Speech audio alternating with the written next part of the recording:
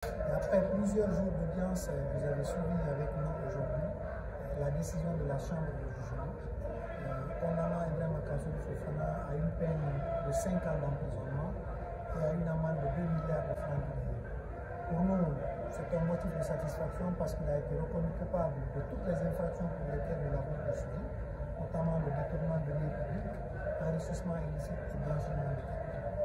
Ce n'est que justice parce que si vous voyez les documents dans lesquels M. Ibrahima Kassory Fofana a fait des signatures de différents virements bancaires, tout ça, vous comprendrez aisément que la décision de la Chambre de jugement est bien fondée. Il était jusque-là à la clinique pour des besoins de traitement. Nous allons nous adresser au médecin. Si son état ne nécessite plus de soins, nous allons le refaire intégrer à la maison. Il faut faire la part des choses et bien préciser les choses. Kassory n'a jamais bénéficié d'une décision d'évacuation sanitaire. Mais je le réitère, il faut que ce soit clair pour tout le monde. Il n'a jamais bénéficié d'une décision d'évacuation sanitaire. La décision de la Chambre était qu'il fallait le placer dans un milieu hospitalier spécialisé. C'est ce qui a été dit. Il n'a jamais, mais jamais été question de son évacuation sanitaire. C'est ce qui a été dit.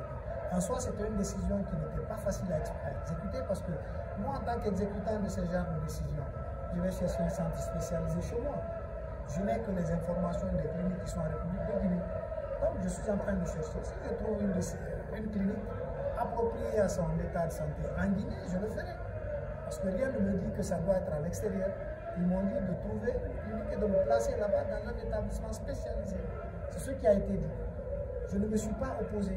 Ça aussi, je ne me suis pas opposé à l'exécution de cette décision. Sauf que ça devait poser problème dans son exécution parce que la décision était ambiguë. Non, je vous dis, laissez tomber cette affaire d'évacuation, il ne l'a pas ordonné. Moi, j'ai demandé la récusation parce que simplement, j'ai compris que la manière dont le premier juge est en train de conduire le débat n'était pas très agréable procéduralement. C'est pourquoi je me suis dit, parce que c'est mon droit aussi en tant que ministère public de demander à ce qu'un juge qui ne conduit pas un procès dans les règles de l'art, qu'il soit remplacé par un autre. C'est ce que j'ai demandé, j'ai obtenu. Mais ce n'était pas lié aux décisions qu'il a rendues. Moi, je suis professionnel. Si on aura une décision en ma défaveur, je connais les voies de recours, je vais là-bas. Si c'est un appel, je vais là-bas. Si c'est au pourvoi, je vais devant la Cour suprême. Le juge a motivé le caractère contradictoire de la décision. Vous savez, un prévenu, quand il est cité régulièrement, doit comparaître.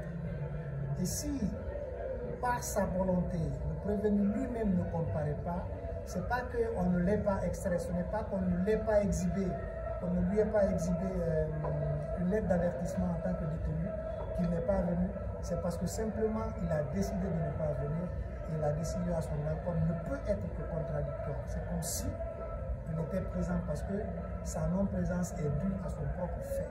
Ça n'a aucun impact sur le verdict. Même s'il se présentait, nous avons confiance en notre poursuite, nous savions que les juges allaient nous suivre quant aux éléments du dossier, parce que tout a été tiré du dossier, rien n'a été inventé.